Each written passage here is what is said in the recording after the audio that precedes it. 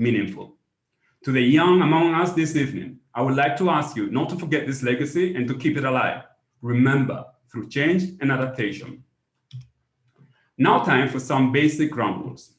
First, note that there has been a change to our program, and Dr. Zachary Bayer will moderate the Q&A section. Those joining via Zoom, you will notice, those who are joining via Zoom, that there is a chat and a Q&A feature at the bottom of your window. Please use that chat feature for regular comments and only use the Q&A feature for questions during the Q&A section. Please note that if you wish to ask a question verbally, you will need to raise your hand using the raise hand feature so your microphone can be enabled. You will still need to unmute your microphone yourself though. If you are following us via YouTube, you will be able to ask questions using the YouTube comments feature. We will be monitoring this section and will pass on your questions to Professor Armstrong. Just remember that you need to be signed in to YouTube to use the comments feature.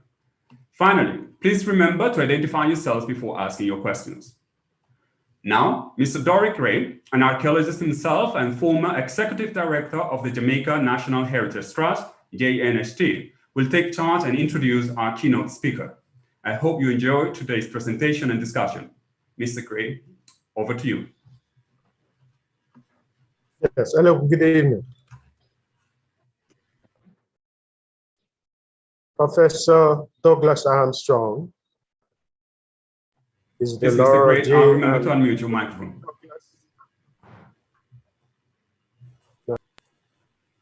Okay. Can you hear me now? Yeah. Hello? Yes, we can hear you now. Yeah. Okay. Professor Armstrong is the Laura J. and L. Douglas Meredith Professor and present chair at the Maxwell School of Citizenship and Public Affairs. He's also Maxwell Professor of Teaching Excellence in the Department of Anthropology. He's also in charge in terms of the chair on the international relations, African American Studies, Native American Studies faculties at Syracuse University in New York. Professor Armstrong is a specialist in historical archaeology, archaeology of the African diaspora, geographic information system, ethnohistory, culture contact and culture change, colonialism, public policy in archaeology, world heritage, social movements, collections management, prehistoric archaeology of the Americas. Professor Armstrong has worked in the Caribbean, in Jamaica, in Barbados, in Dominica, in the US Virgin Islands, St. John's, and he has also worked in the American Northeast, California, and also in Africa. Professor Armstrong conducted his PhD research in the early 1980s on the Draxall Plantation in St. Anne, Jamaica. I met Professor Armstrong in a field school he organized with the Jamaica National Heritage Trust and Jamaicans that had interest in archaeological research in Jamaica. Please note that at that time, Jamaica had only one professionally trained archaeologist, George Anthony Aarons.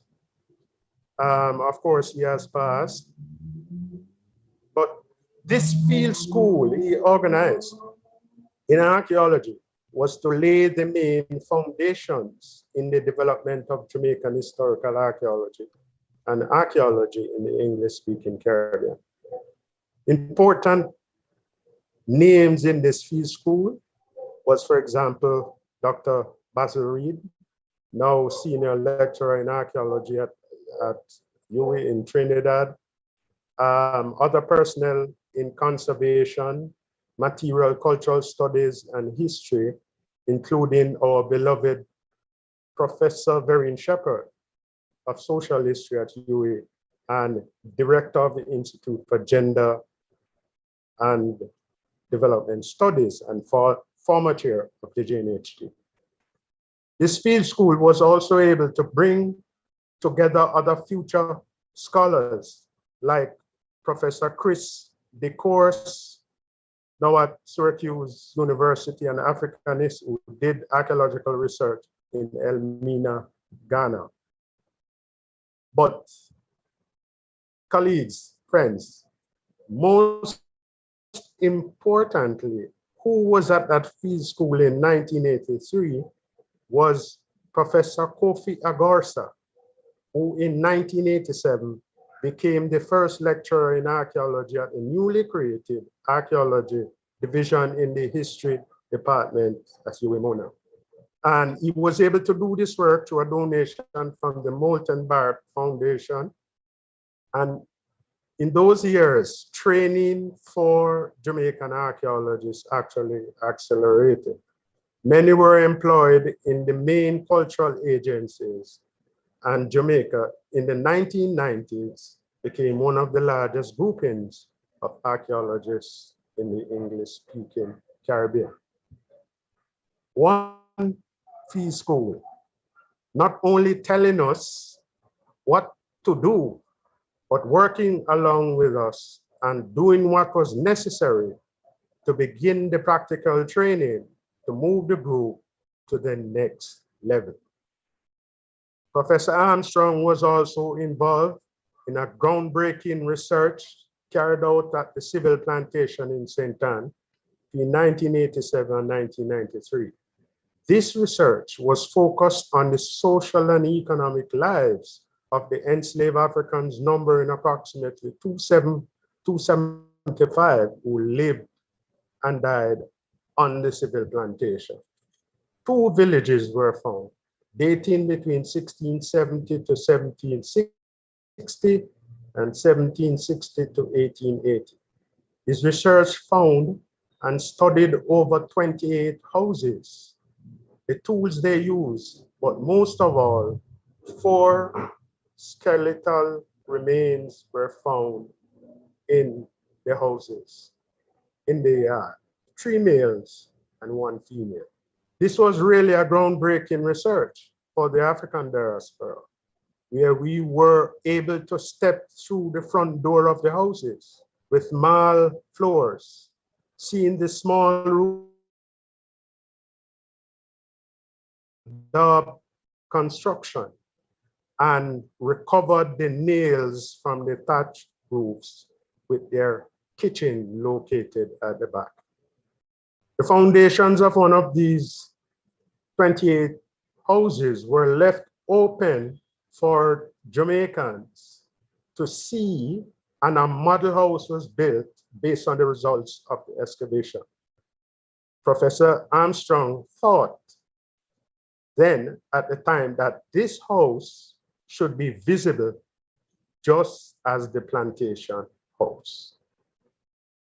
I won't go into the details of that, which I think Professor will be looking at, but his analysis, he was able to identify that these remains that were found, yes, were enslaved Africans, but also Jamaicans. Hence, the term crept into our vocabulary, African Jamaican, making that link to all Jamaicans. In 1997, the government of Jamaica reintroduced Emancipation Day, August 1, as a national holiday.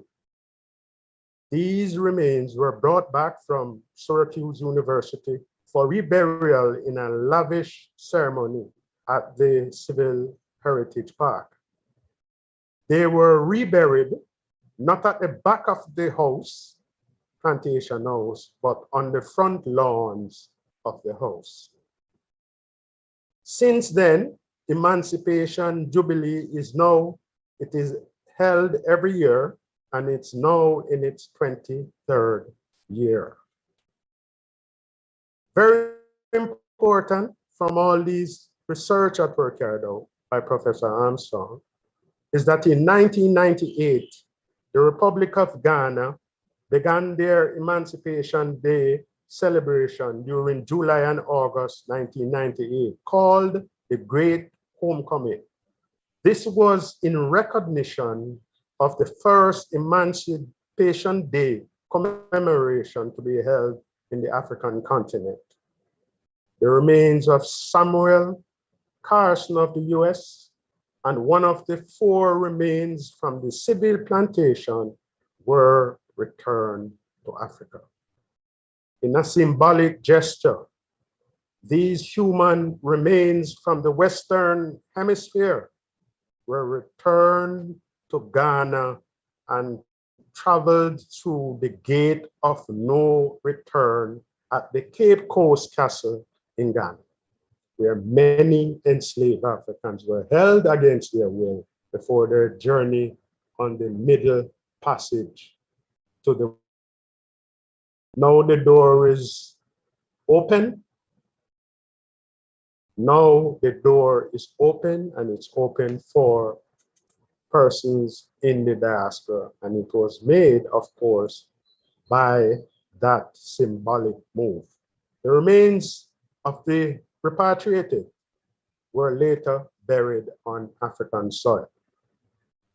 Just to say, in summary, all this has showed how archaeology and archaeological research is important, not only in terms of information that can be garnered at the level of academia, but able to raise consciousness in the presence and in the present and influence the lives of our people and the people in the diaspora in a concrete way. Distinguished ladies and gentlemen, please allow me to welcome Professor Douglas V. Armstrong to this 36th Elsa Goveia lecture. Thank you, Professor Armstrong. Thank you, Doric, for those kind words. It is so great to be with you. I wish I could be with you in person. It's the COVID has been difficult all around. Fortunately, we have many people join, hopefully everybody in good health. I'd like to thank the chair, Enrique, for his warm welcome and guidance to me in advance of this gathering. And Doric, it's great to see you. And also, I thank you for your kind words. I'm really hopefully we have, I see a large group here. Hopefully there are many students from the university at Mona and from around the Caribbean, because they are I think the reason why some faculty participate in this and why we look towards the future, how we passing on the information that we have to future generations so that more learning can move forward. I'd like to begin my lecture. I'm going to go into a PowerPoint here. Hopefully I'll pull it up here and I left it on earlier. I'm not sure if it's there or not, but with the support personnel, you can put it up. Otherwise, I will reach back in and bring it up again, which shouldn't be a problem. Just take a second here.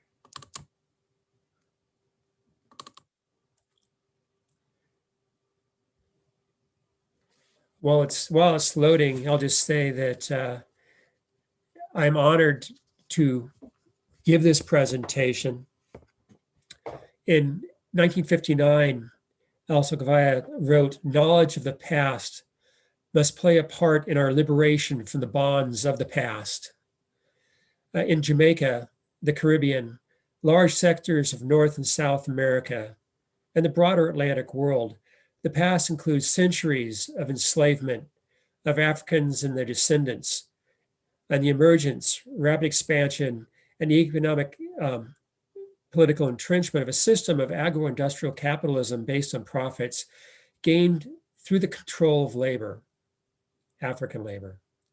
The plantation system, capitalism, and enslavement were bolstered by an array of colonial support networks, ensuring the supply of labor from Africa via the transatlantic slave trade. The sale of goods and supplies necessary to support the trade, and this system extended well beyond the Atlantic world. It engaged Europe, Africa, and the Far East in a global enterprise. Now, the bonds of the past described by Goveia include literal forms of human bondage, followed by the continuation of residual economic and political infrastructures that retained systems of inequality. Structural violence continued to limit opportunities for full liberation, even with a temporally uneven shift to emancipation through the 19th century. Slavery was a deplorable institution that devastated individual lives, communities, and regional trajectories. Elsa went on to write, "Our history is not dead knowledge. Its significance for us is vital and immediate." And I think this relates to the opening remarks by Enrique regarding we do our work for the future. Today and for tomorrow, we continue to try to unravel this complex and sometimes often troubling history through analysis of historical accounts and archaeological investigation. Now I'm going to present this paper in 3 parts. The first part is going to look at really the creation of plantation slavery, the shift from small farms to agro-industry and capitalism. I'm then going to look more specifically at plantation slavery and enslavement. And then finally, resistance, rebellion, and ongoing struggles for freedom.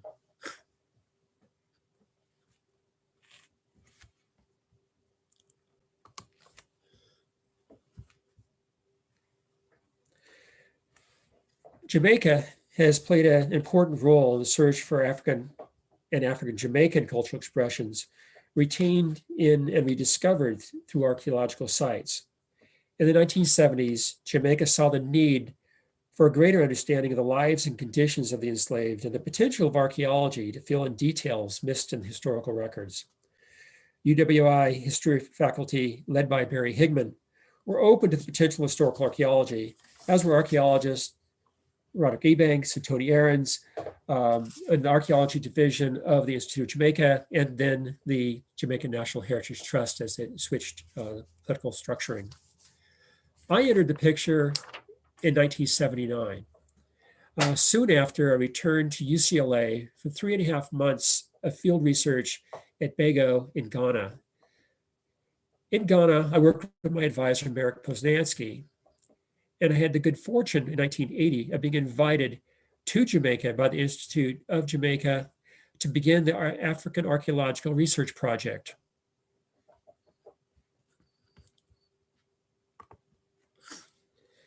The objective of that project was, one, to do my dissertation, but one thing that my advisor always instilled upon me was the importance of giving back to the community, working within the community, and having a long-term outcome. The fact that I'm presenting today actually is part of what I believe to be the outcomes, the futures of the past move to the present, and then your job to move things forward, even greater depth and knowledge for future generations. The objective of the first research was to do archival studies to find sites which could yield information on the longitudinal aspect, sort of long-term trajectory of plantation slavery. And this map shows a list of plantations which were generated based on the quality of documents relating to the plantation. And then the settings with a dark spot in the middle of it, the 6 plantations that we sort of narrowed the list down to were those which had tremendous records that we went out and field tested. And of those 6, which include Duckenfield in the far eastern portion of the island, as far west as Appleton and the western area.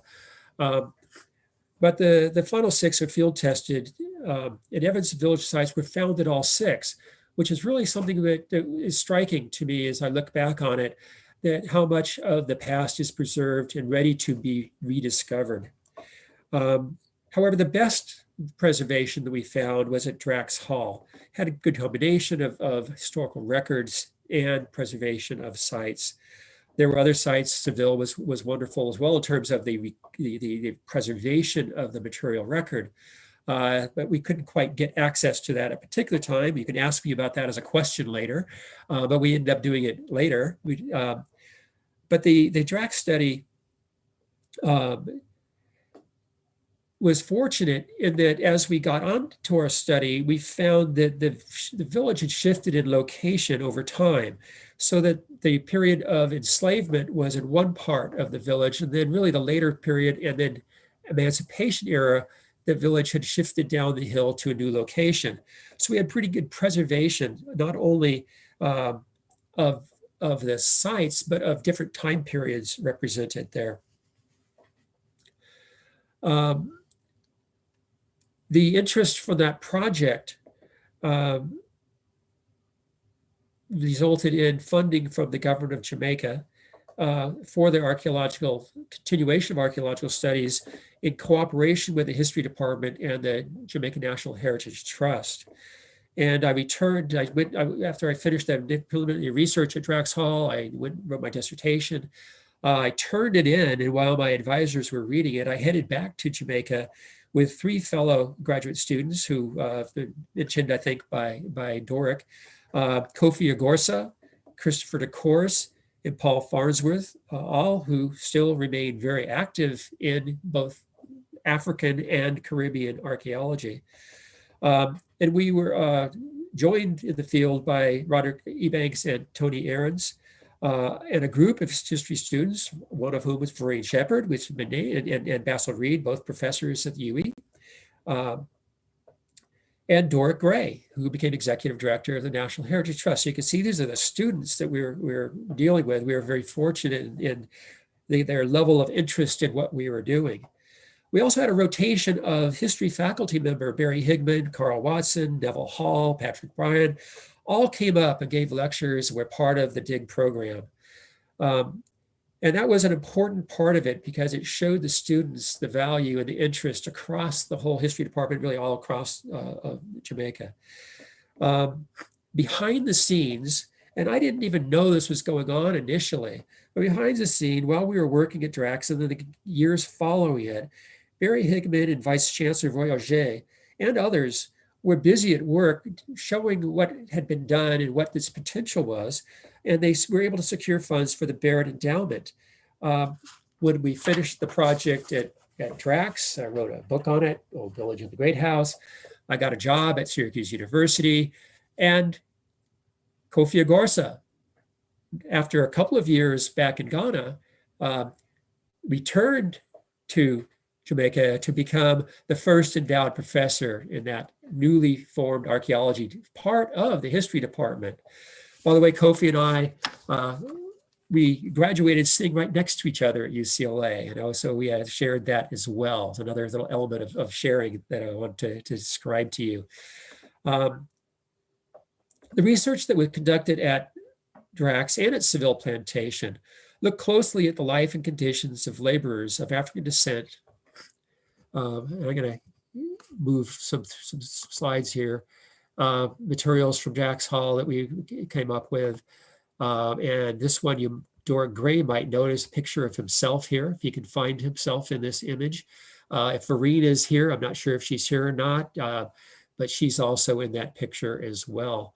And Kofi is there. So I'll leave you to take a look at that for a second while I move on here. The research that I conducted at first Drax and then Seville Plantation, the lives of those who were enslaved. Key findings from these studies with significance of the imprint and expression of African heritage in material use, in household layout, in diet, in burial practice, in house yard burials, in houses were part of that. Though most artifacts, like the ceramics and glass, were from European sources, the artifacts were used in special ways, and they included significant proportions of Jamaican-made earthenware, or yaba, food preparing and food cooking wares.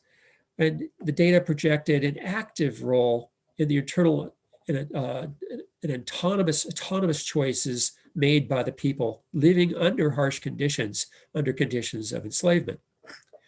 Black potters of Port Royal had made red clay pipes, and potters on the south coast of Jamaica had made Yaba cooking wares. These were transported and sold at market and became part of the archaeological record at the site.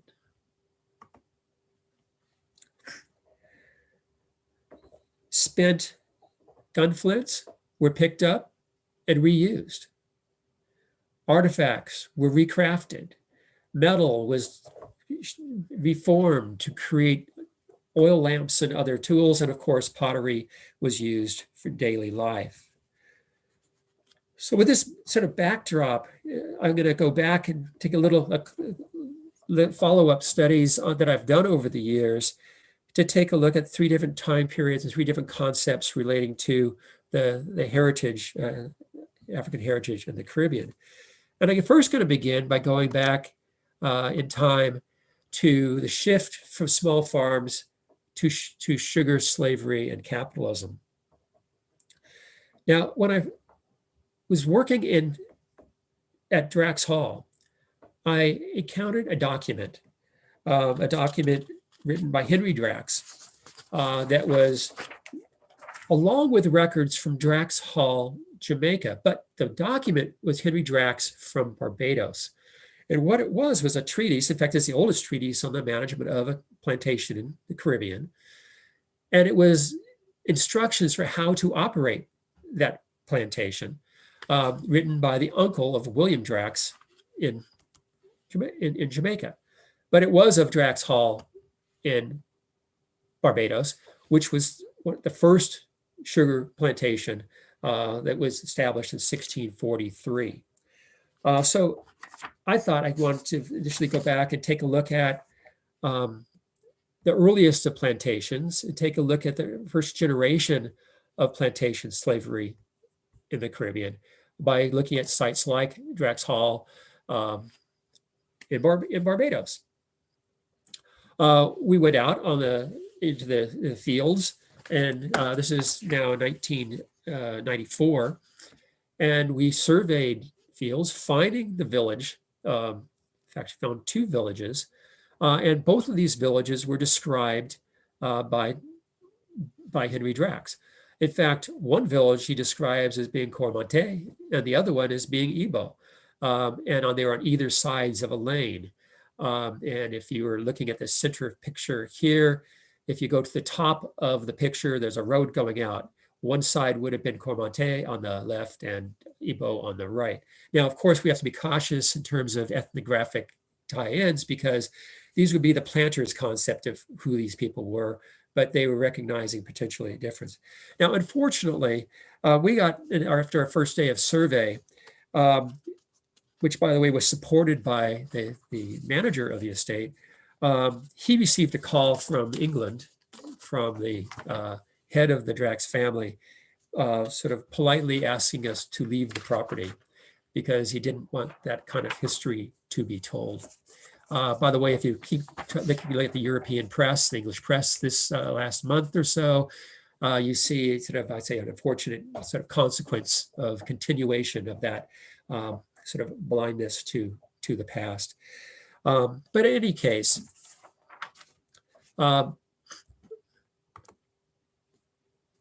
basically what it caused me is to rethink. And so I think my advice to everybody is when confronted by a problem, so a door closes, another one opens. This caused me to rethink. I said, well, is that really the question I want to focus on? What might I do that might go a little deeper into the question to solve how these plantations got established? So I changed my question to really look at the shift from small-scale agro-industry, from small-scale farms to agro-industry. So what you find in the first 20 years of the plantation system, the farming system of Barbados, is that they were small scale propositions. They were definitely capital sponsored, but they were small in operation. They were diverse crops. They're oftentimes marginally successful, small numbers of people, small numbers of labor, many indentured laborers. And there were also enslaved Africans and enslaved or captive indigenous people as well. But it was small scale operation. So what I want to do is first see what that was, and then see how it transforms in the landscape to the large scale sugar plantations, but then also take a look at sort of the financial and social aspects relating to that.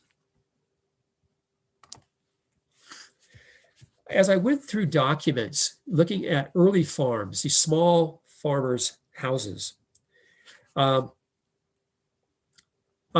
came across documents for numerous estates and started noticing a pattern, one where I'd go through the early plantation record and I'd find situations where there'd be maybe 3 or 4 small farms.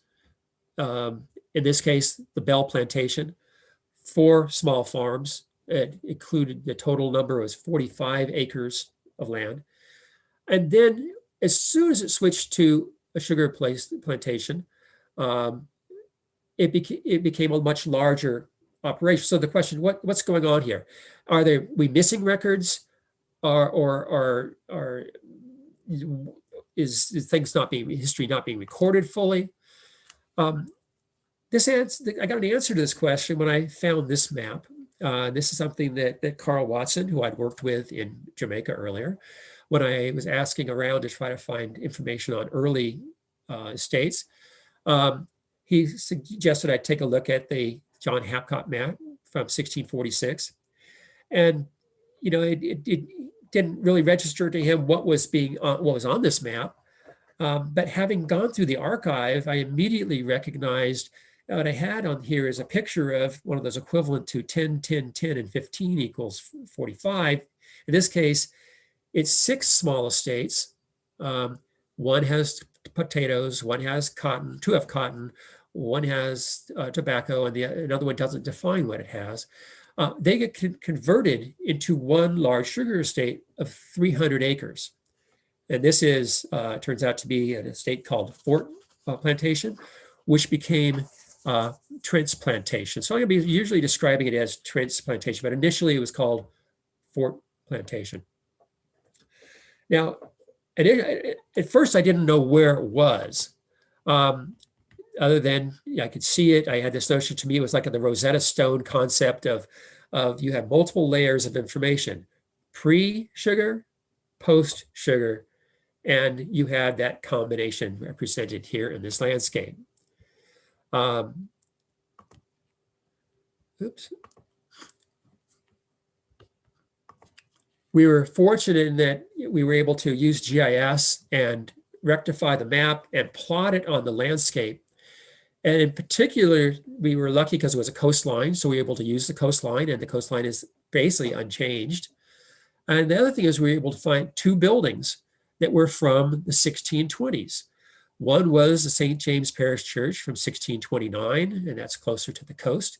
And the other one was Fort Mansion House or Great House, which is actually one of the 5 initial plantages or plantations of Barbados up the hill on what was in the early 1640s had already made a shift to be a cotton estate. And so you have the beginnings of sort of financial structuring that leads to plantation slavery.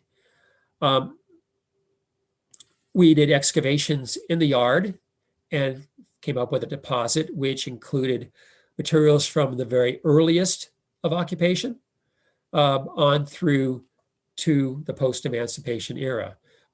Fortunately, the main house is still on its original foundation. It's been restructured a little bit over the years, but it's there. And the deposits capture a whole series of materials over time.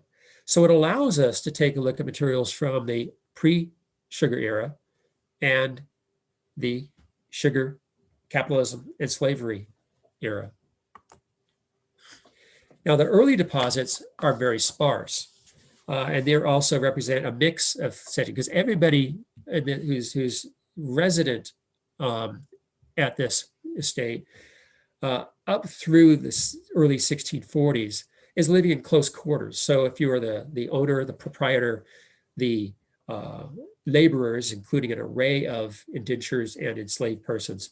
Now, and nobody has much wealth to begin with. So you find things show evidence of reuse, breakage, all kinds of things like that. And it's a far different picture than we're going to find later.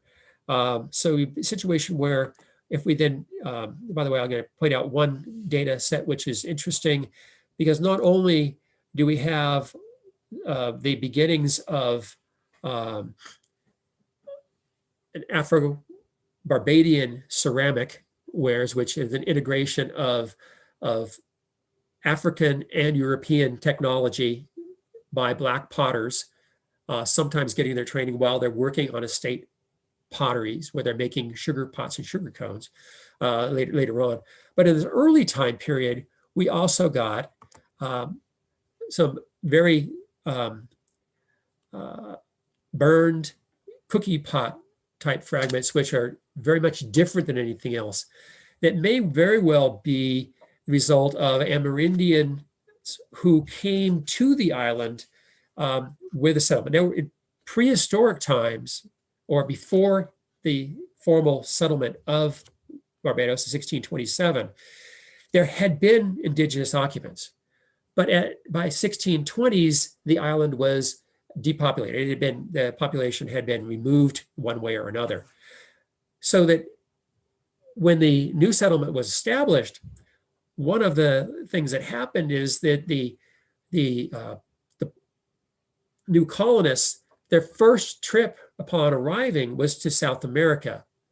And in South America, they picked up a group of indigenous people from Guyana who agreed to join to teach the settlers how to plant. They agreed to join under terms of indenture. Unfortunately for them, within 2 years of the initial settlement, the 30 or 40 individuals who came were reclassified as captives and or enslaved laborers. And they were so until the 1860s. I'll get back to that in a second. But the landscape that was encountered was one that actually was described by Henry Colt in 1631. So if you imagine from the shoreline up to that first sort of larger mansion house, Colt came off his boat, maybe similar to the boat that's shown in this picture, walked up the hill and described the landscape. And he described slash and burn agriculture much influenced by the indigenous peoples who had been working in this area in South America in the past, but also including a variety of plants, which were really the combination of South American plants, Caribbean plants, European and African plants, all integrated into that setting in slash and burn agriculture. So this is part of the story in that actually it ties into an early tie with early Dutch interests, because Barbados was actually sponsored by financial backers from Zealand and Holland, and operating out of one of their settlements at New Zealand, and which is basically what became Dutch Guyana and then Guyana.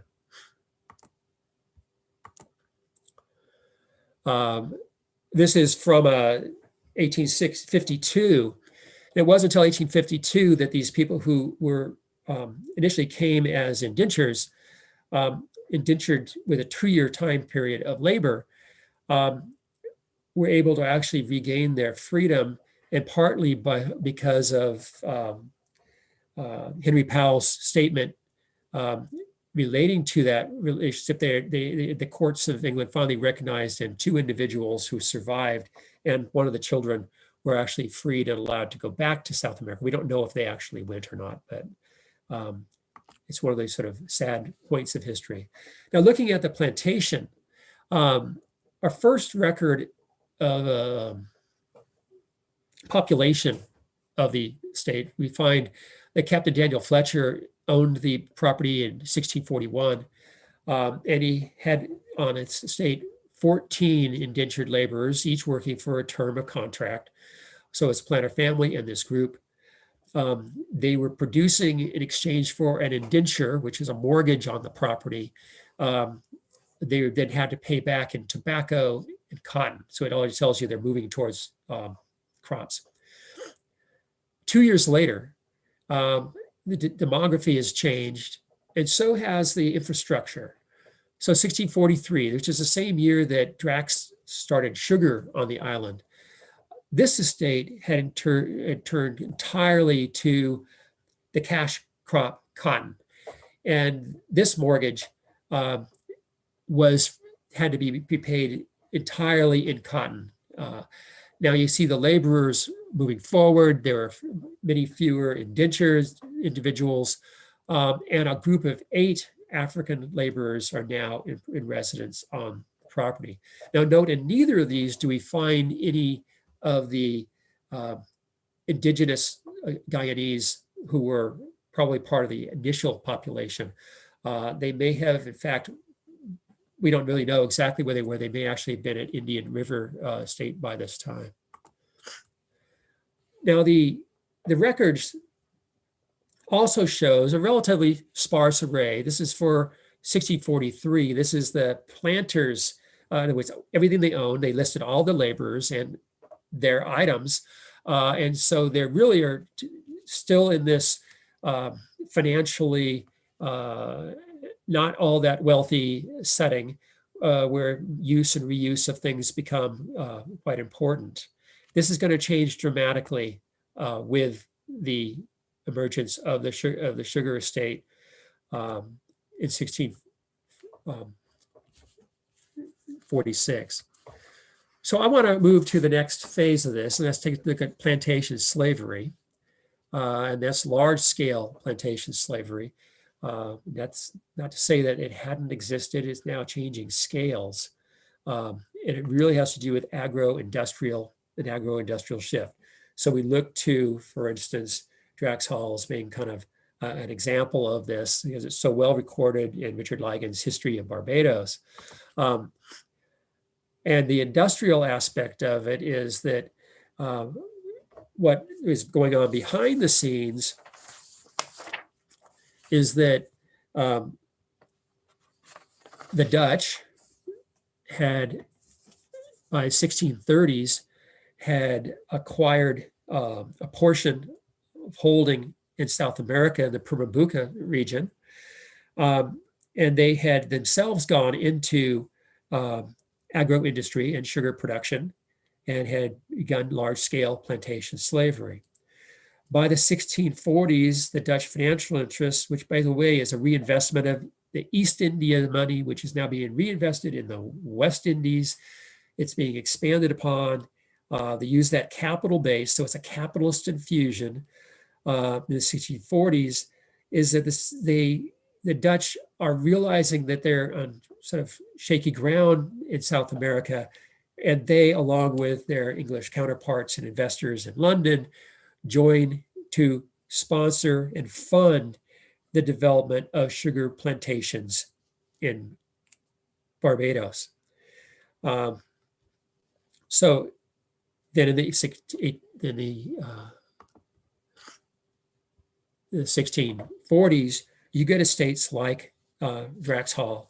And then by 1646, you get this capital investment. This is actually the little cartouche on the site has a little statement which describes the group of merchants or backers from London, and that could be both English and Dutch, who are specifically sponsoring the change of Fort Plantation from small farms to large farms.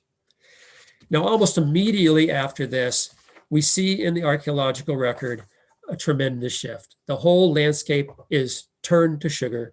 That doesn't mean that there weren't small fields of various crops being grown, or that cotton wasn't some or another way grown on the property, but for the most part, sugar became the principal key commodity.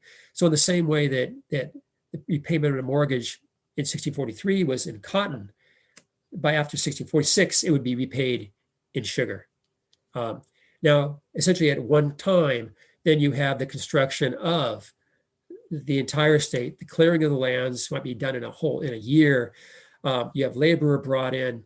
And at that point in time, there's a separation of labor. Instead of all the laborers living in close compounds with the planter, they are now moved to a new location. There are, by the late 1600s, there's 50 enslaved laborers. The plantation was actually partitioned between two sisters, so we don't actually have one on the list. We have the other one. By 1722. There are probably around 100 enslaved laborers on this property by that time. Now, taking us through what happens then is that we get a huge shift in material goods found in the archaeological record. So you get thousands of sugar cones and sugar pots, large pieces broken there. You get huge numbers of bottle glass where onion bottles are the contents are being drunk by the occupants of the main house and just discarded. So you have the cork and the wire still with it. It's not being reused at all. Everything earlier had been reused. You have chamberwares broken, almost whole pieces there. And you have just large quantities of items. You get evidence of reconstruction of the house. First off, they build and use leaded glass and mullion glass. And then 30 years later, well before sort of the popularity of styles, you might say, in Georgian England, you actually get a shift using the capital wealth to paint 6/6, 12/12 windows, replacing the mullion small windows. So you have a tremendous amount of wealth represented in the planter residence. You also have lists of the holdings of the planter changing, so that at the time of William Dyer's reading of the will and his reading of his inventory in 1669, the estate was valued at 6,900 pounds, which is sterling, which is a huge amount for that era. You don't even find any of those small details of ownership things, but you find things like pearl necklaces, diamond rings, emerald rings, jewelry, and as sort of a sign of secondary wealth, you get the expenditure of funds for mourning rings for all the friends of the planter. So you get this huge shift that takes place in this landscape at the planter residence. Now, going into the study, no one had been able to find an unplowed enslaved labor village. We'd found, as I say, tracts in many other states, we'd found villages. But it turns out that this estate had a village site, which, when emancipation came in 1838, it was abandoned and it wasn't replowed. It has to do with its positioning on a hillside, and it survived essentially intact. The houses were just simply lifted up and moved to a tenantry location. The laborers on the estate, you can see it change in numbers over time. So that by the time you get to 1693, there's 160 enslaved laborers, and by 1834, this is part of the UCL slave project listing, there's 167 who were present at the time of emancipation. Now, and so a list of individuals. But this is the landscape of the enslaved laborer quarters on the property and the location of houses and the landscape. The other map shows a distribution plot of density of artifacts across that landscape. We excavated 4 houses. I just want to briefly take you through them. Actually, there's a 5th one that shows up in the infrastructure of this. But the first house has 17th century pottery is strewn across the surface. You have sgraffito slipware. You have materials that date easily into the 17th century. But it also then goes up to the 18th century, right up to Emancipation. The second house has a series of artifacts. Well, one of the aspects of that house was that it looks like it also had a workshop for making these little round discs or gaming pieces that appear to be made locally, because what we find is a group of them that are all kind of broken and left in situ. So probably the ones which were successful get traded out or used. The broken ones were broken up in the yard. The third house has an interesting aspect to it in that it's really 2 parts of this house or 2 houses, one on top of the hill, one a little bit down, which is kind of a gateway house we end up using as a gateway to get to another site. But there are a whole series of flint tools. In this case, they used cores, not so much gun flints, but actually flint cores. But they own all of them at that site were the cores themselves, which were used for starting the fire. Whereas in the next house over, really the house next door to it, all the flint tools were flakes. So it just tells you that idiosyncrasy or differentiation between household and difference. The other thing found here is a spindle whorl used for spinning cotton, so craft production in place. So we get to take a look at the households in the area. And the site, there was, almost as you move, particularly as you moved away from the location of the works, there were almost very few of the industrial pottery pieces. There were far more of domestic wares, which sort of fit a pattern which we see carry on in Barbados, in the Chalky Mountain region of Barbados, in terms of pottery, which include both glazed and unglazed wares. But one thing that seems characteristic of the pottery is a high proportion of them are actually decorated with banding, which, according to the modern potters of Chalky Mount, it is their signature, is their nom de plume, it is their definition of who made the pot, which is an interesting thing to find in archaeological record. Again, at Emancipation, the group moved off and reestablished itself at Trent's Tenancy. Now, this was something which was an interesting phenomenon. This is something which does not happen in Jamaica. It happens almost all over Barbados. It was part of the infrastructure. It was part of the planters' control mechanism in the post-emancipation era, because they ultimately chose who could stay on their property and who not, who they then rented to people in the tenantry. Now, the houses were actually picked up and removed to the location because they owned their houses, but not their land. They owned their own property, but they did not own the land. And so the houses moved down there. That tenantry is still there. And some of the older houses were really still in place until the 1980s or so, and almost all have been replaced over the last 20 years. Now, I wanted to kind of point something out, looking at this in terms of the settings. One of the aspects of material culture of comparing Jamaica to Barbados is that, having worked first in Jamaica, I became accustomed to there being large numbers of things which were personal property and personal items that were part of the local market, part of the local exchange system, part of local craft production. That was not so much the case in Barbados, and possibly one of the reasons is, one, the time period earlier on, but the structure of the plantation there's no place for a provision ground. There's no place to produce things of your own. It's very compacted. So there's not as much opportunity there.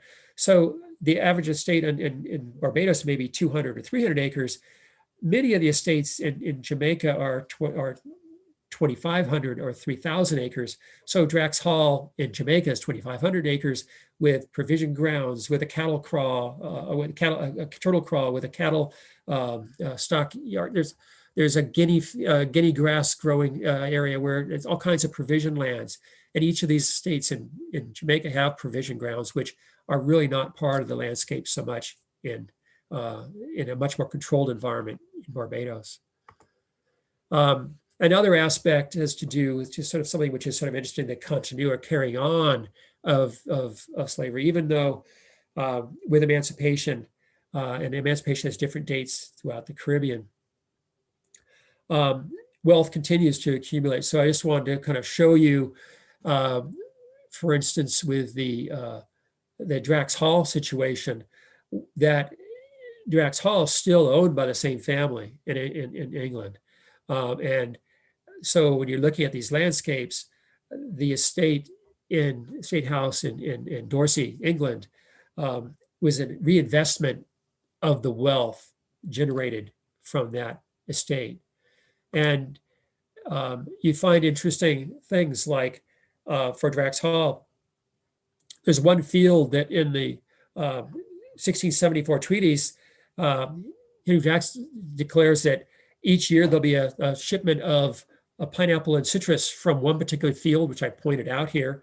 And you find that same practice to show up even today in the Christmas celebrations of sort of Caribbean tie-in in this case, I'm using the Lassells house in Yorkshire as an example, where things are being brought in, the citrus from the Caribbean estates. Both of those families have had long-term ties right into the late 20th, if not to the present, in terms of continued drawing of resources from the region.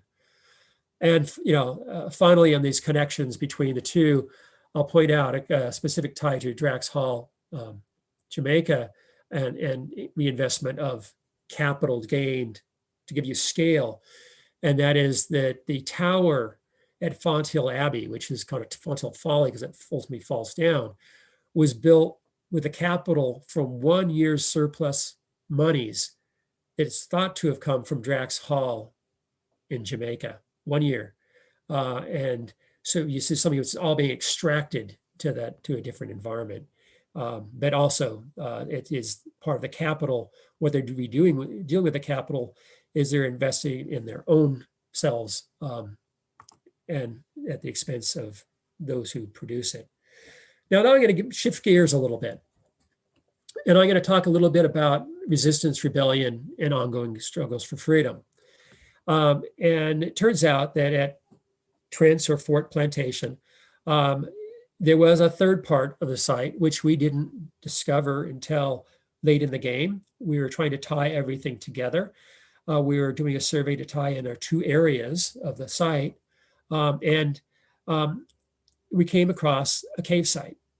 The cave site is in the gully between the planter house and the enslaved laborer settlement. It's cave, it's in a quiet location. It's a good distance from things. It can't be seen from the outside. In fact, we didn't really see it very well until we cut all the vines away from the entrance to it. It has a shelter, an internal cave. But inside, we found evidence of specific activities relating to iron and steel and some either, you might say, resistance and or ritual specialized practice. Now, sort of the Europeans, the colonial plantation owners, and those sort of controlling the environment did document aspects of sort of behavior and practice within communities, but these are things which are from an outside eye.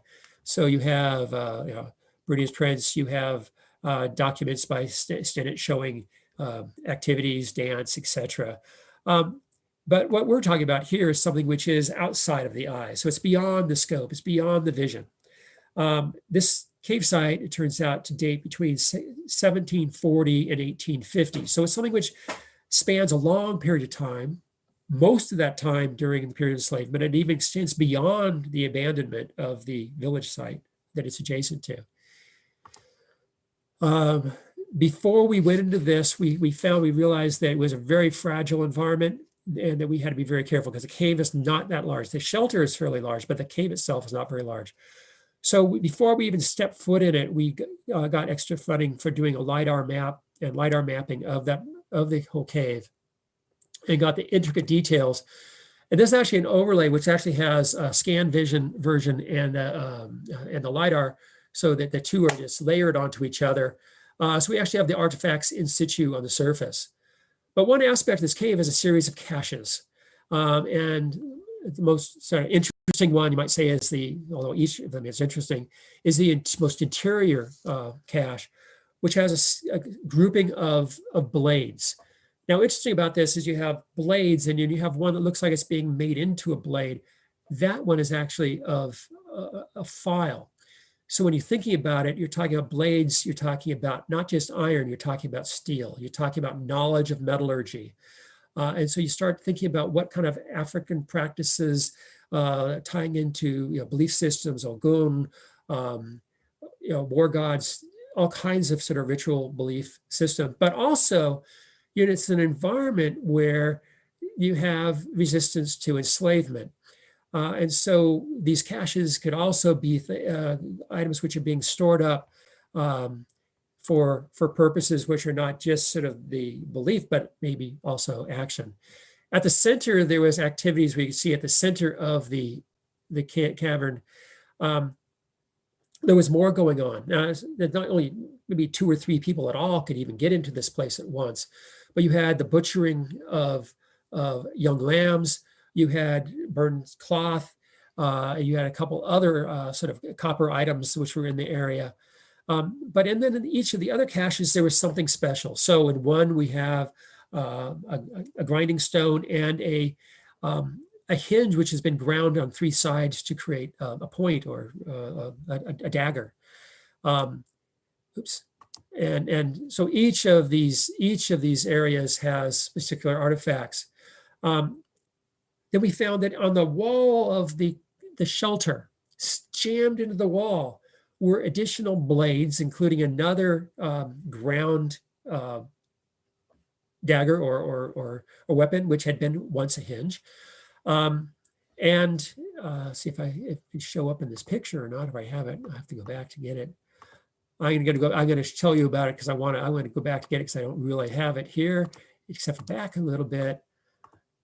But the centerpiece here is a base of a crystal tumbler. So it's a blown glass tumbler, which has, it's kind of called an optical glass. It's blown into an optical form, and then it's broken off on top, and it was reground on all 20 points, and it was jammed sideways at eye height into the sidewall of the shelter. So while almost all the artifacts are iron and steel, this particular artifact was glass. So you have this situation where sort of simultaneous to enslavement, or in spite of enslavement, you have other activities going on. Now, I don't know, whether or not, because there was a rebellion in Barbados in 1816. According to the historic records, this estate, Trent's, was not involved, or the laborers were not involved. Whether or not they are planning to be, I don't know. But I do know that there was enough interest and maybe concern among the planter class and their aristocracy of the island that when they were doling out,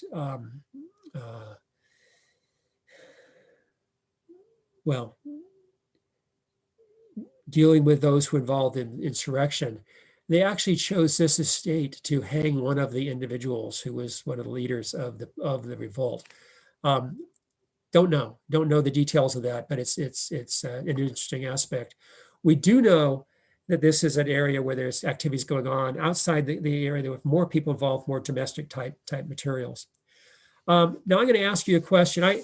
I could go on with one more example where I could bring it to an end here and have another example of freedom in the Caribbean, or directly, or we go directly to question and answer, because I've gone through an example of each of the settings that I was planning to talk at. So I'll ask that question, and then if you want me to go on, I can go on and talk a little bit more and talk about a free community in the Virgin Islands. That actually is something that I got thinking about based on something that Neville Hall spoke about in 1983 during his lecture on our field program. Just one of those things to tell you how it's important to listen and move forward, because there's many different perspectives you can gain from that. But in fact, Enrique, can I ask you what your thought is? Are you ready to move to just... No, I think perhaps we can take a few minutes, and so you can just show us and okay, then have the Q&A. Okay, I want to put this in because to me it's important, because this is also a legacy of that broad scoped program we did in 1983. And by the way, the topics that were covered were circum-Caribbean, dealing with the Latin Caribbean area, dealing with the Danish, or Neville Hall was talking about the Danish West Indies. And one of the things he described, and I kept my notes on it because to me it was interesting, because I've always, I find the study of slavery to be difficult because of the tragedy and because of the outcomes. But within the legacy, you can find situations where people are going against grain, finding solutions, finding alternatives. And one thing that Neville Hall talked about was that there was a different infrastructure of governance that allowed a little degree of freedom for some, not all, in the Danish West Indies. And I thought that was an interesting concept. So when I couldn't work at Drax Hall back when they kind of sort of unceremoniously suggested we not be working on their property. At the same time, I was working on abolition sites in North America, in New York. I ended up doing a lot of studies related to Harriet Tubman. I have a book coming out on that very near future, which I'm excited about. But I also got a phone call from a gentleman who had been a school teacher from the East End of St. John.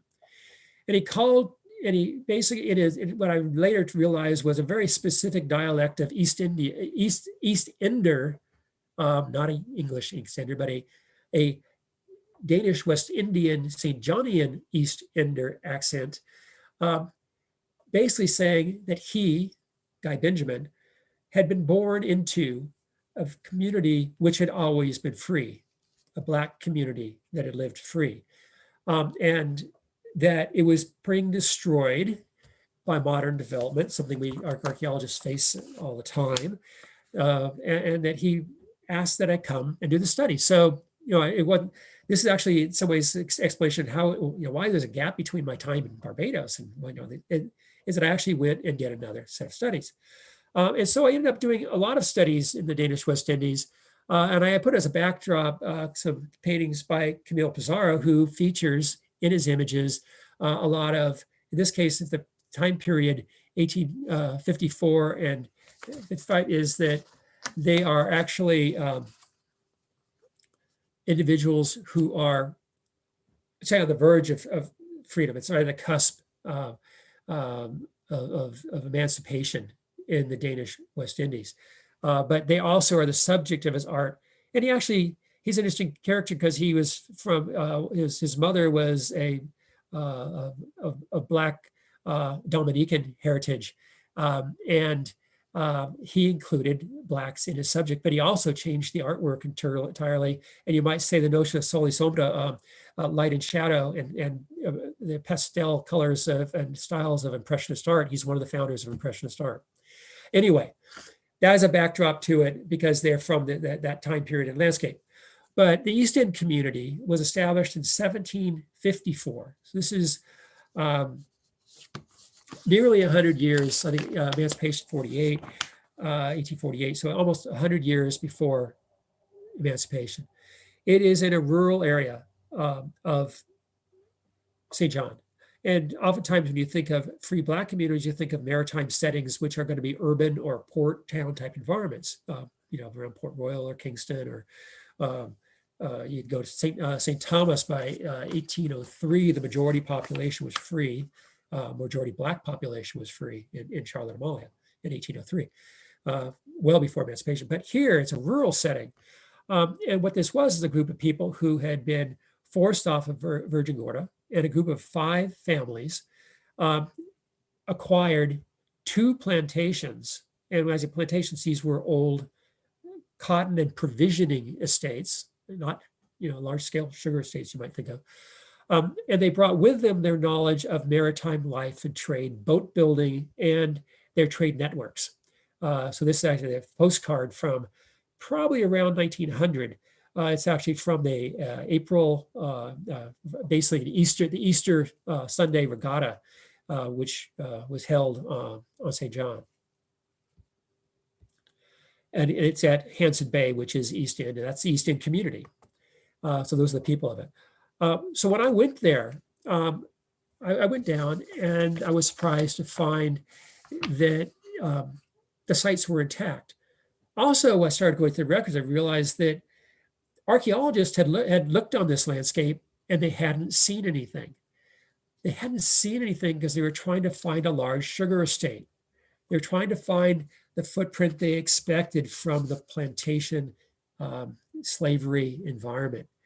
And what they didn't see were a whole series of small houses, really 50 small houses, that were part of these communally owned, allocated by family. And even to the point where when after the cholera epidemics of the 1850s, the community gave up a piece of their land so that the government could build a school, and that's at the bottom of this picture, so they could have schooling for their children.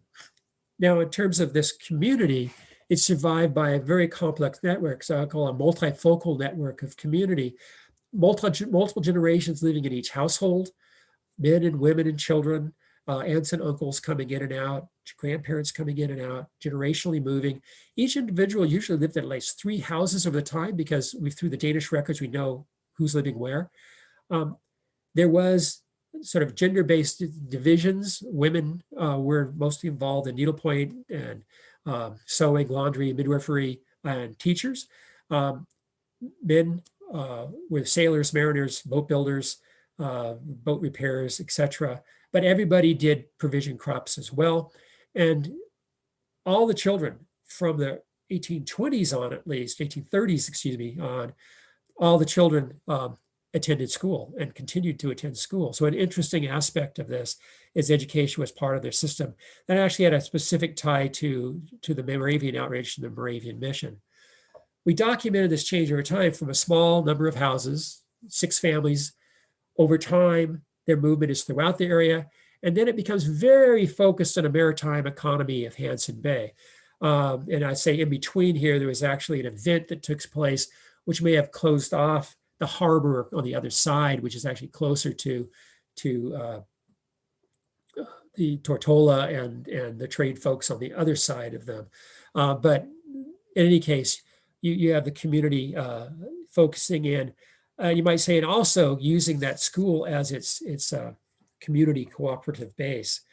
But in any case, here's a free Black community operating for almost 100 years prior to emancipation, facilitated by a knowledge of skills in the continuation of craft industries, maintaining their identity through a system where Blacks could own land, and if they did own land, they could get a degree of recognition as citizens and even actually serve as a local representative. And they had a stable base that they could go back to. So they could go learn, go back, come in, go out. And this is something which continued on through the transfer of the islands to the United States in 1917, in which things really kind of got changed up. And ultimately this community was abandoned. But as I say, some of the key things are access to land, maritime trades, cottage industries, 3 generations, and a multifocal aspect, not just patrilineal, patrilocal, matrilineal, matrilocal, but and multi-generation, multi-gendered, self-sustaining community and multifamily. Once we found this, we went for the point of saying, well, this is like the only place. So we started doing a document of the whole island. And this is from a GIS we did of the whole area of St. John. We found that, particularly as you moved past 1800 or 1780, free Black communities started forming in areas where you might see the land was open. So they filled voids. When cotton succumbed as an economic cash crop in the Caribbean because of scale, and it succumbed because of the vast expansion of cotton in southern United States, beginning in South Carolina.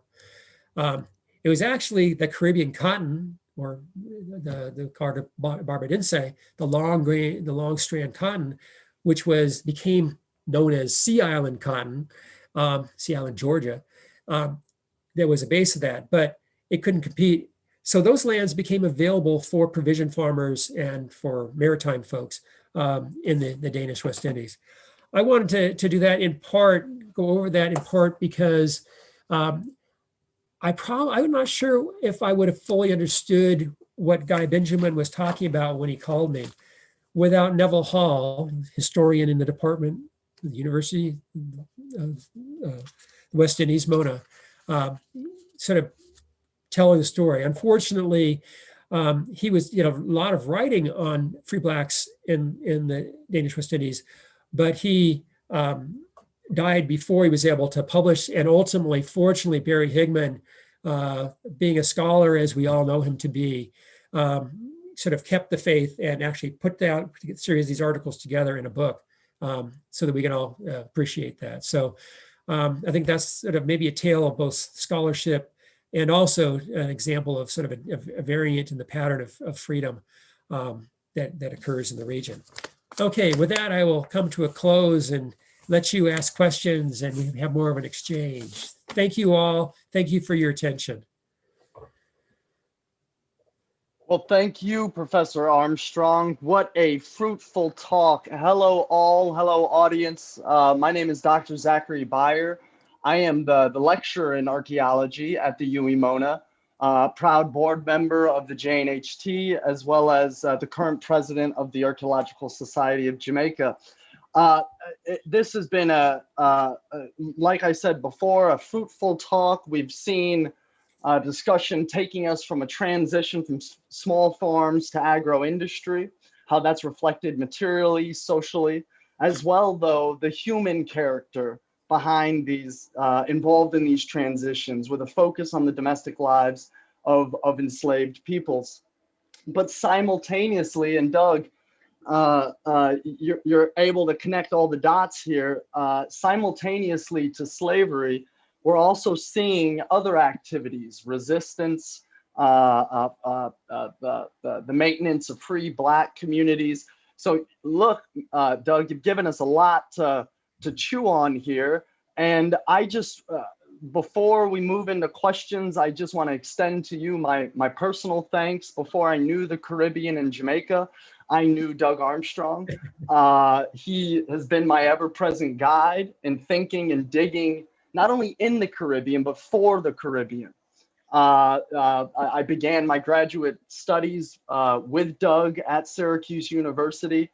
I think you set me on the path, Doug, for better or for worse. Look, it is my great opportunity to now direct some questions your way. I think this is one of the first opportunities I've had to do that. So thanks again, Doug.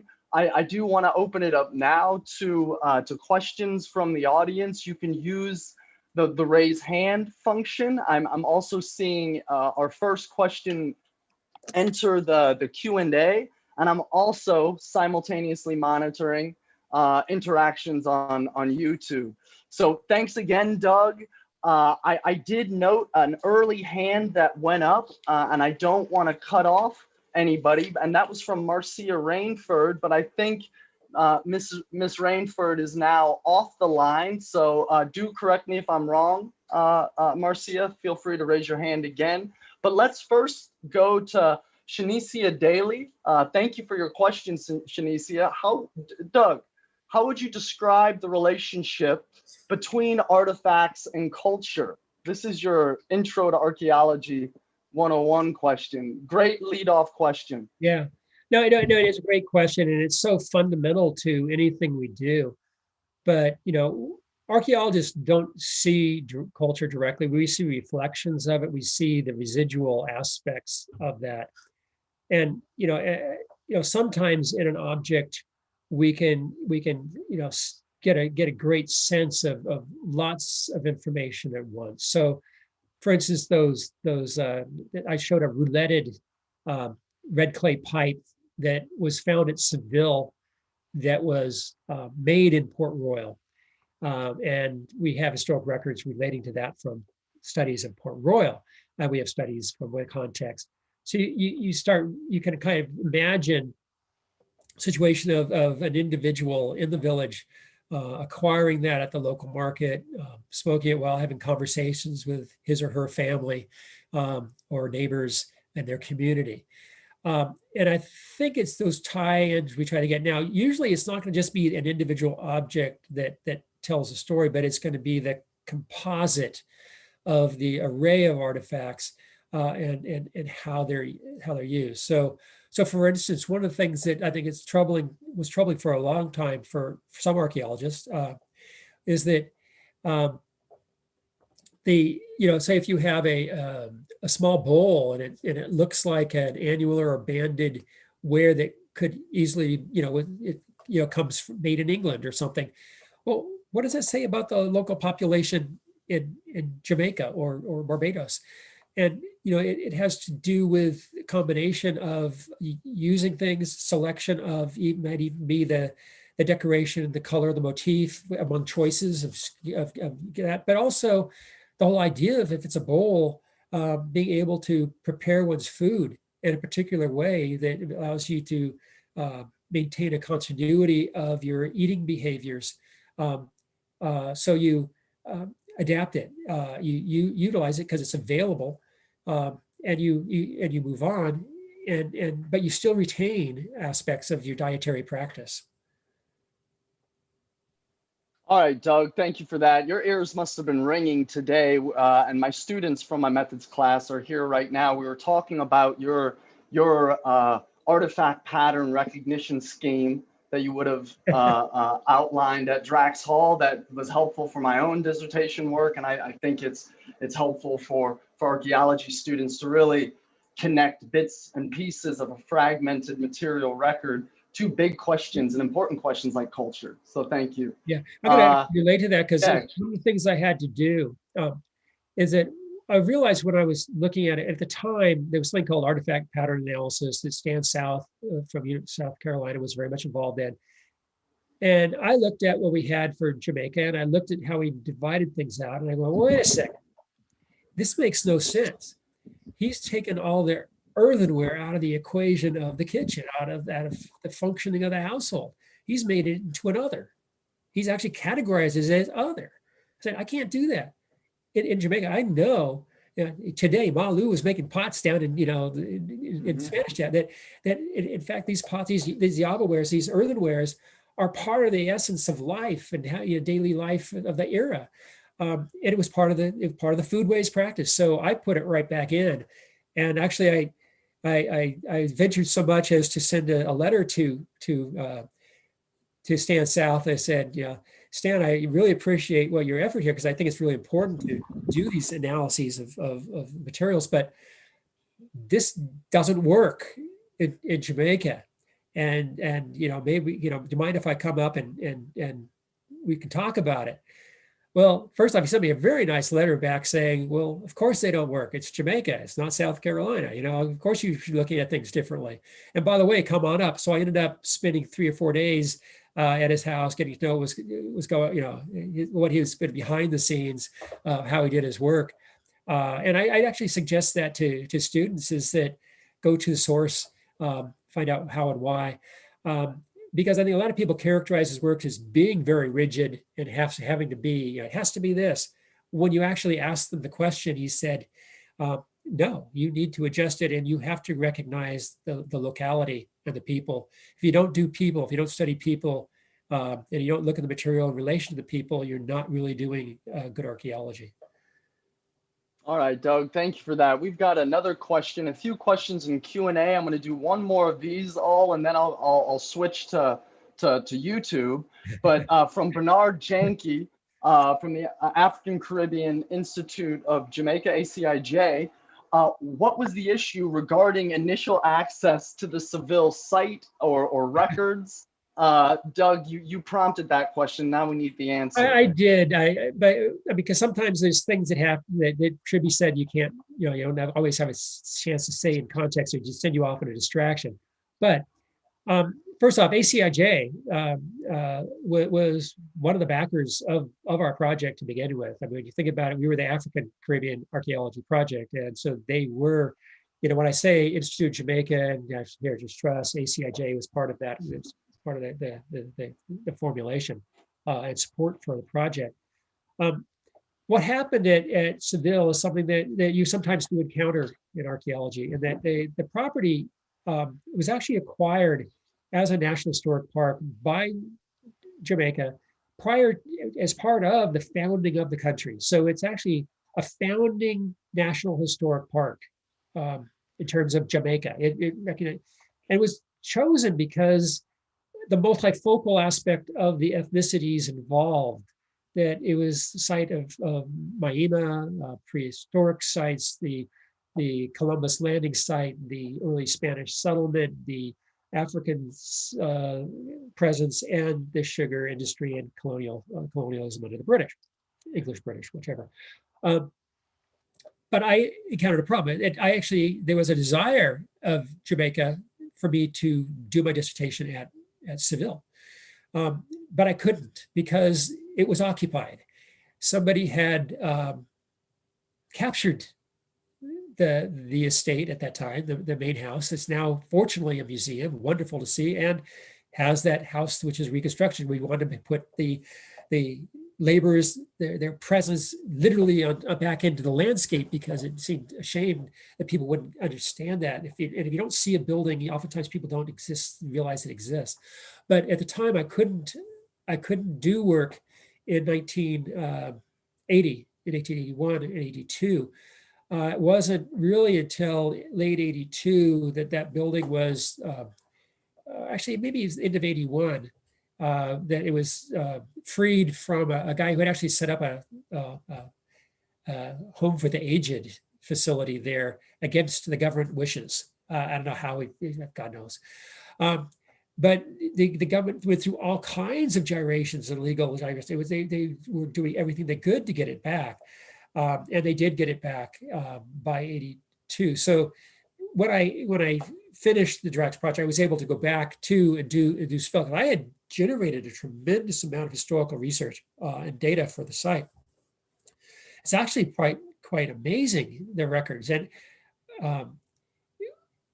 I think anyone who has not used the archives of Jamaica is really missing out on an opportunity, because they are so detailed. Their records are so complete in some situations, not in all situations. Like everywhere, there's things missing.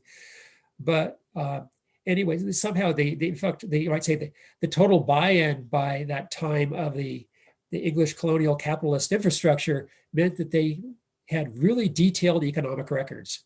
And unfortunately, people were part of that economy. They were considered property, which is really hard to comprehend in today's world. But because they were valued property, you find lots of details about their lives as part of the control mechanism.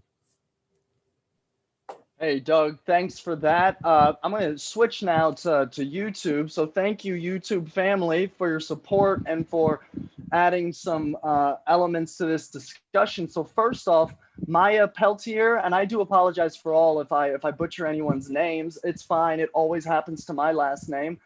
What caused the removal of the indigenous people? I think that's in relation to your discussion of perhaps early Dracs, Barbados? Well, we can actually go two ways, because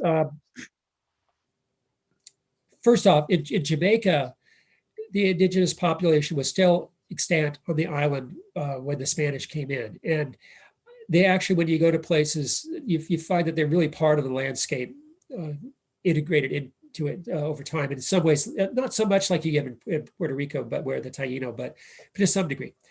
In Barbados, and a lot of the Lesser Antilles, a lot of the Eastern Caribbean, the need of labor in the large-scale colony of early Spanish Hispaniola, or what in that case made you think about it.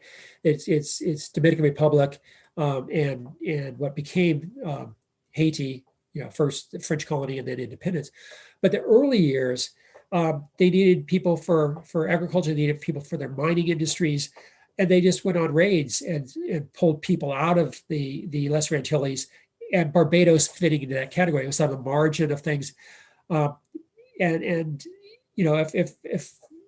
probably fairly easy for a few ships to come down and just take the people away, so that by the time you got to the 1620s, which is pretty late in the historical colonial infrastructure, you figure 1492 to 1627, a long time.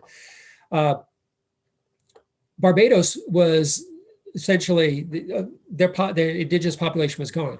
Now, Peter Druitt has done a lot of studies, and the population appears to have been there almost up to the 1490 era, but not really too much record of it after that. So that it was an open island when 1627 came around. But people saw evidence that people had been there, but there was nobody living there. So when you find in the archaeological site, you find materials that look to be indigenous in nature, but not locally made. In other words, it's local clay, but not the same recipe for construction. People who knew how to make, you might say, Amerindian wares, but not necessarily with those clays. So they're actually kind of quite friable, breakable. That instead of an interesting proposition, I'm putting that out as a hypothesis that I believe that it's one of the pieces of evidence at Trent's for this group of Guyanese who had knowledge of the Caribbean, which is another thing I didn't go into. But the reason why this group wanted to come with the English settlers is that they had knowledge of, and the syntax of the conversation as described 40 years later by Henry Powell is that they had a knowledge of it, and you almost get the feeling they wanted to get back into the Caribbean. But you can't really say that for certain. But they definitely had a knowledge of it. And that's something we do know during this time period, all the way through from 14 to 1600s. There was a lot of movement of indigenous populations throughout the region, all the way through the Lesser Antilles, all the way into South America. And therefore, they're actually described by these Dutch and English as Arawaks, which is, when you think about the Greater Antilles, the Lesser Antilles, particularly in relationship to the new DNA studies for contact period sites that's come up, was published over the last year or so. It appears to fit with this mobility of going on in this population. Unfortunately, there's still such baggage for bad interpretation, sort of by just calling people Caribs and calling them sort of dangerous others. This is a sort of early colonial response to people who resist them. So if you resisted, you became a Carib. So, for instance, on St. Kitts, place I started doing my research early on in the Caribbean, both the French and the English established settlements there, 1624, 1625, and initially they worked out well with the group which they called Arawaks, the indigenous population, but later on, I think it's 1626, there was a conflict, and the two European powers attacked the chief tegmen in the community on St. Kitts, and the residual population, who were now called Carib, changing overnight from Arawak to Carib, had to find refuge on Dominica, where they continued to have relations over the years, which is really kind of fascinating with the Warners and others. But it's interesting how the definition of sort of ethnic identity get packaged in ways which sort of fit the conqueror's views. Thank you, Doug. In terms of resistance, we had a question by Sophiana Blackman on YouTube. And I think this question was asked about midway through your talk, and by the end of it, you had gotten to your discussion of trends. But this is, how were you able to use archaeological material to determine African resistance? We heard about your Trent's work. We can understand resistance as overt acts of rebellion involving swords, but also covert actions, perhaps that are in the material spatial record of households. Can you provide any more information about African resistance in the archaeological record? Well, I mean, you have all sorts of resistance. You can have a direct resistance, and some of it's just simply doing it differently. You know, the management wants you to do it. You do different aspects of your time. You hold back aspects of what you can do with the plantation. But one of the beauties of having a site like the Trent's Cave is you can actually see the material expression of what they were choosing to do, what they were sort of gathering and collecting out of the sites.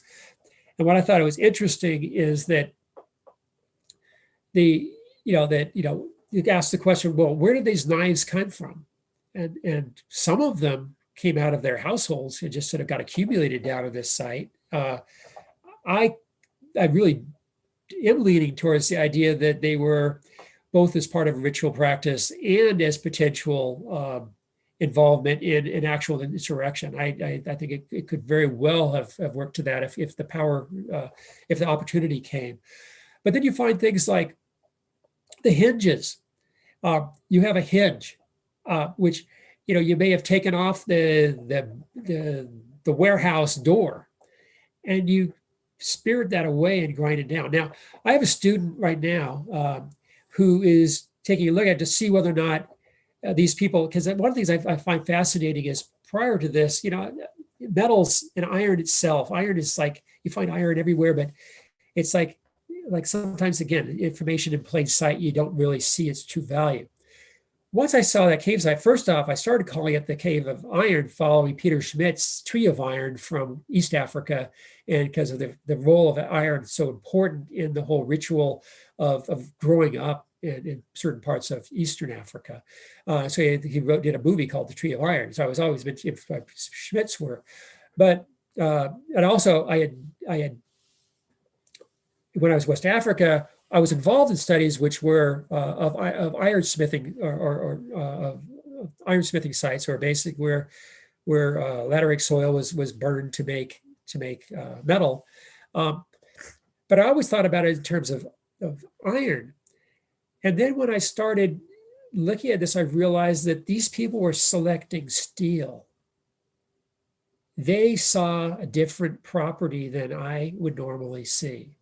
That means they had knowledge. Now, it also turns out that West African, I didn't know this at the time, now I realize it, West African metallurgy has a higher steel content than European. Significantly higher steel content, the nugget of steel unit. So these people knew what steel was. And I look at it, I see iron. They look at it, they see steel. Now, steel can be used for weapons and blades and power. And I think that's a fascinating thing that I didn't quite understand. I now understand something that Candy Goucher, who is an Africanist who's done studies of metallurgy, both in Jamaica and in West Africa, observed.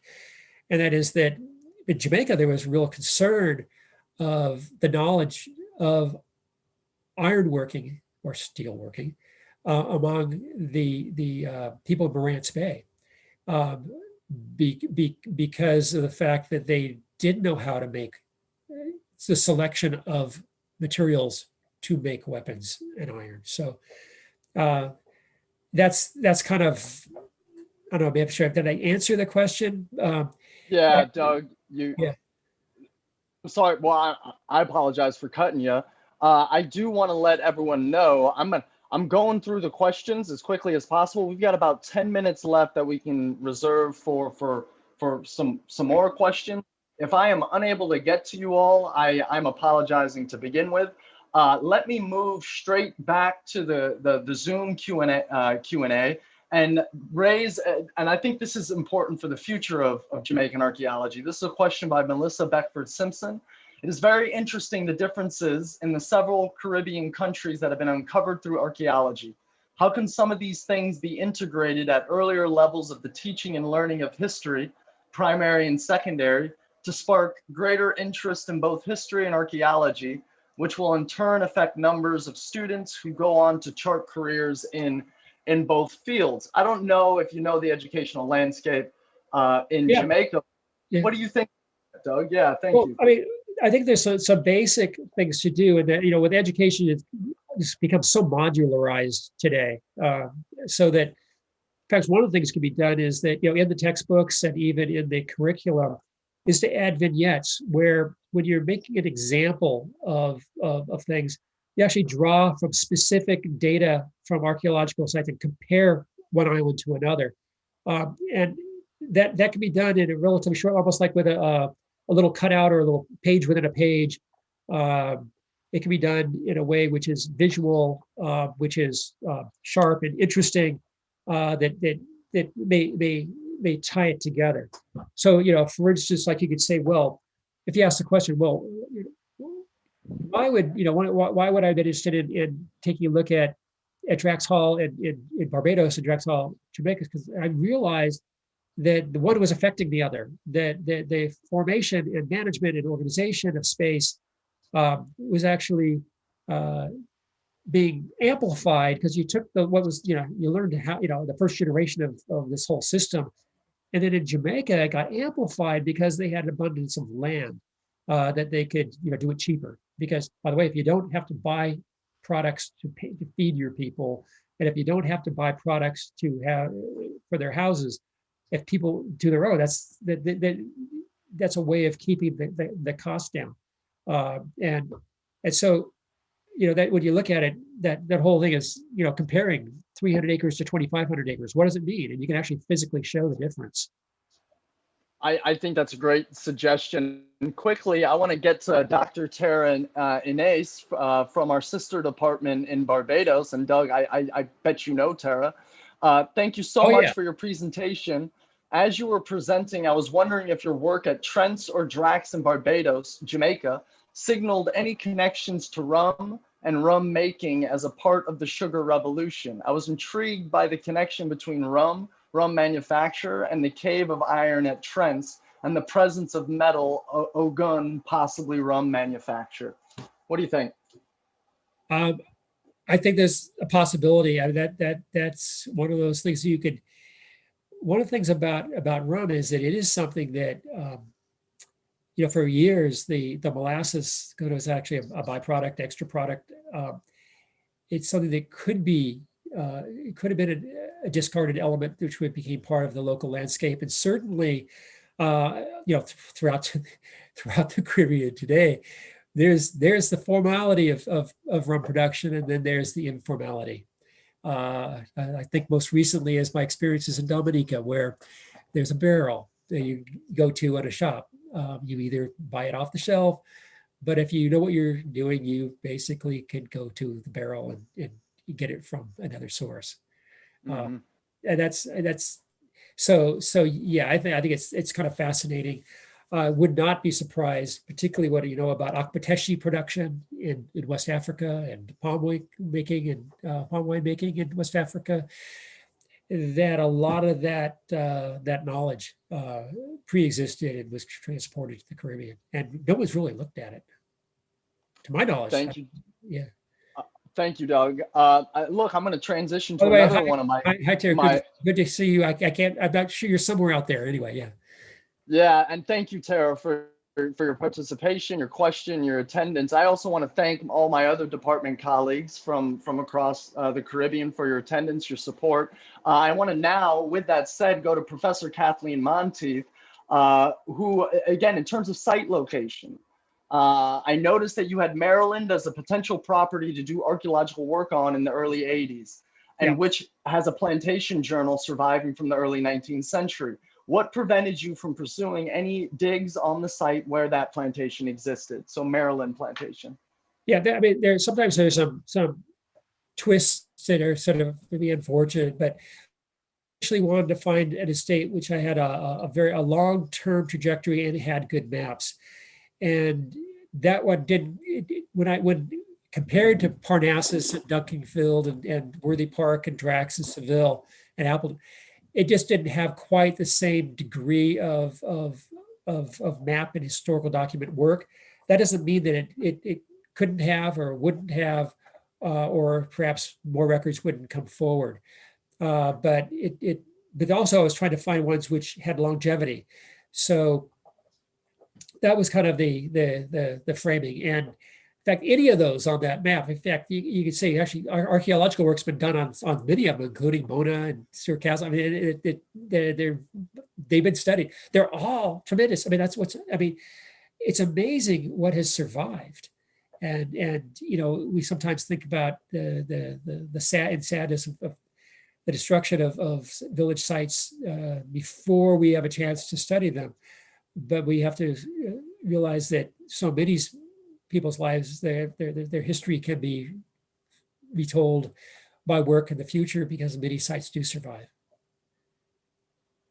Doug, and it looks like we've got about 2 more questions. I think we have enough time for that. And I want to privilege the last 2 questions because these are coming from students. Archaeology student Javier Gordon, what is a method you use to compare findings from one site with archaeological data from other sites to find similarities or differences? Have you tried any other methods beyond, I guess, beyond, you know, physically digging at these sites and comparing the findings yourself? Other ways of comparison?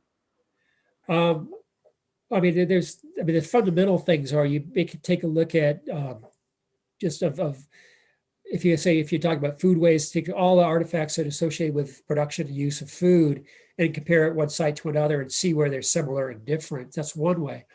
One of the things I did for Seville and Drax, and in fact, this is actually one of the elements that comes up in Ken Kelly's master's paper at William and Mary, is take a look at the very nature. There's some parameters early on that at Drax Hall, the village houses, there was no rigid plan. I mean, people basically seem to have had some control of where they put their houses. Where at Seville Plantation, they're in a very rigid linear pattern. And so the question is, what does that mean? You might ask questions about the difference in management on the implications of life on that estate. And also then you note that later on at Seville, the village houses are rebuilt after a hurricane. When everything's destroyed, they got rebuilt by the laborers, and they created a completely different array, including houses which faced each other in little clusters, or like you might say lineage groups versus linear sort of isolated bands. Thank you, Doug. And Javier knows this. We've talked about your work as it's available on the Digital Archaeological Archive of Comparative Slavery, DAX.org for short. You can check out Doug's work, a handful of other case studies from the Caribbean, as well as the American East Coast, I think is where most of those sites are from. And look, that's an amazing way to access a global data set to also do some comparisons. You want to have an interesting fact that I didn't know until recently? What's that, Doug? Let me know. The site with the largest number of beads anywhere in DAX database is Drax. You hear that all? We got the most amount of trade beads at the Drax estate in Jamaica. Never would have noted. I mean, it's like, because one of the things, it's the first one you'd excavate, so you don't know how it compares. Now we're talking about hundreds of sites, and that's an interesting phenomenon. Yeah, I don't even know how to process it yet. I mean, what does it mean? So, well, you got to get back here and continue the work that you've started. I think you're going to have a lot of students willing to help you. Look, I want to conclude now with our final question. I do apologize. I think there's another question on YouTube that has to do with resistance, religion practices at Barbados. Do follow up with Doug's work in relation to the presence of these metal, steel, iron artifacts within the Trent's cave. So let's close out with Obafemi Smith. I apologize if I butchered your name. You asked two questions, but I think I'll just pose the one. I apologize. How can we as historians legally overcome the obstructions instituted by previously slave-owning families who block study of historical sites? That's $1 million question, Doug. That's more than $1 million question. It's that's I mean, I have to say that I've literally written the Draxes every year for 20 years and gotten nowhere. I mean, now how could they do it? There's a way of doing it.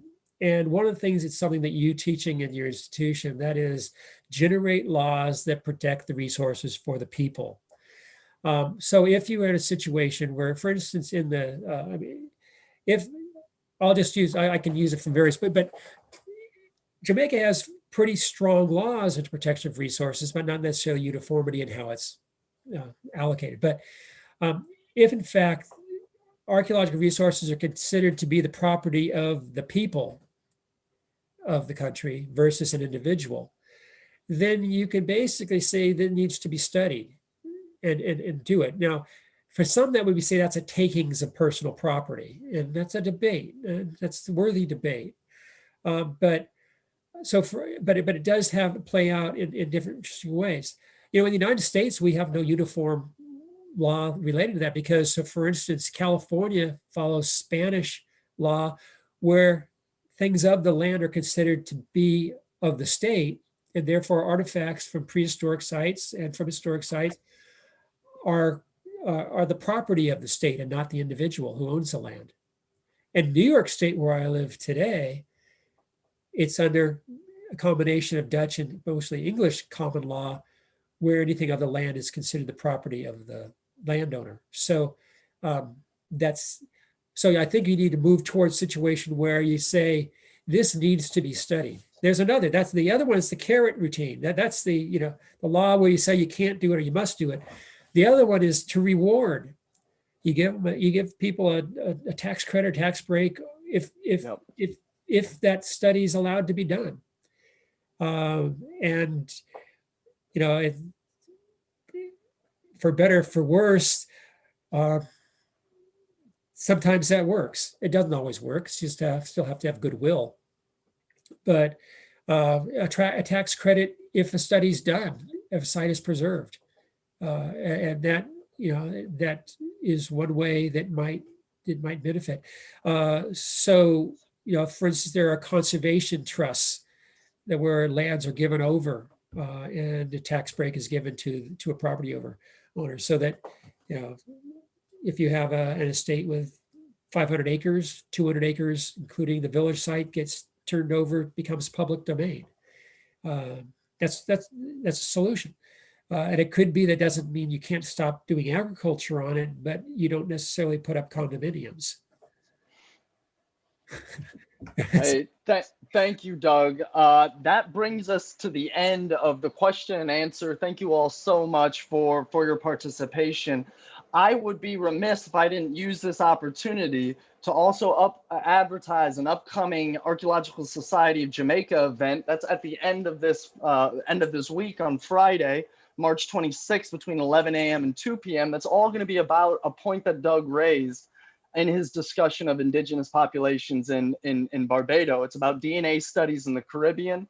You can head to the ASJ website, archaeologyjamaica.wordpress.com, for more information, register, become a member. We are actually also taking the opportunity this Friday to recognize Kofi Agorsa and Philip Allsworth Jones, former archaeologists at the UEMONA, who both have done an incredible amount for Jamaican archaeology. We're recognizing them with honorary memberships. So I wanted to lay that out there. Thank you again, Doug. I now want to use the remaining time to introduce our final speaker, Miss Ashley Onfroy, who will provide the vote of thanks. I first met Ashley during department outreach at a local secondary school. You can shout out your school, Ashley. I think my presentation and definitely our conversation following that is partly to blame for Ashley's current trajectory as a major in history and archaeology. She chose that over computer science, I found out today. Ashley is one of our leading students who carries a heavy load like our other students that are currently listening in on this session. A commitment to history and archaeology, human stories, right? During a time when practical careers, perhaps in science, technology, computers, are imagined as a path to prosperity, but also the responsibility to push our practice further in the future. So, Miss Onfroy, I'm handing it on to you. Thank you. Oh, wow. Okay. Thank you so much, Dr. Bayer. Good evening, everyone. Greetings to everyone here. And honestly, I feel really blessed and privileged to have this opportunity to extend gratitude to you all for joining us this evening at the 36th Annual Elsa Goveia Memorial Lecture. To Professor Douglas Armstrong, we really extend our heartfelt gratitude and sincerest thanks to you for coming to us this evening and sharing some very important points and interesting aspects of research on enslavement, resistance, and expression of freedoms for Africans in the Caribbean. Lessons that we can learn from Caribbean archaeology. And I also want to extend thanks to the administrators, to members from the UWI Mona Department of History and Archaeology, to specially invited guests, to representatives from the Jamaica National Heritage Trust, members from the Archaeological Society of Jamaica, students, well-wishers, everyone who's here, both on the Zoom platform and externally on YouTube. Thank you so much for being here. I want to also say that certainly as students of history, as students of archaeology and anthropology, this really has been an excellent opportunity for us to really reinforce salient points, which we already knew, as well as confirm our passion for, remaining steadfast in historical education and really exploring the realms of what it is that we can learn as budding historians and how it is that we can relate it to our present truths, present realities, and really reforming things in the educational sector in Jamaica and by extension the Caribbean region. I mean, I think it was earlier this week we were just talking about the several seemingly uncertainties within the scope of archaeology and history that we're thinking about, as we exit the university system, and even looking out for those who are coming after us who probably want to pursue these things at the high school and university level. And thankfully, this 36th Memorial Lecture really showed us that there is a space for us. There's so many things that we can achieve. There's so many things still yet to be explored. And if we don't do it, who is going to do it? So I want to say, thanks again to everyone who made this possible. And I'm really happy that this annual lecture really underscores the undeniable relevance that history, archaeology, anthropology, those disciplines really have in shaping our present reality and really helping us to understand our past so that we can build a sustainable future. And I'm really grateful to the University of the West Indies and the Department of History and Archaeology, which tirelessly works to reinforce the importance of history, reinforce the importance of historical education and research to all students, not just, students from the department. And I also want to encourage us all in this platform as well to continue to, stay in tune to the Department of History and Archaeology here at the University of the West Indies, Mona. And, we can be reached at history_UWI Mona on several platforms, including Instagram, Facebook, YouTube, Twitter, and of course, email. So thank you again, everyone, for this wonderful experience. Thank you again, Professor Armstrong, for really taking the time out and sharing with us, Dr. Enrique Akinve, Dr. Zachary Bayo, Mr. Doric Gray, everyone here on this platform. And as I said, let's continue to do our parts to improve historical education. Remember, there's no sustainable future without really understanding our past and using it to resolve issues in our present. So I thank you, everyone, and have an exceptional evening. Thank you.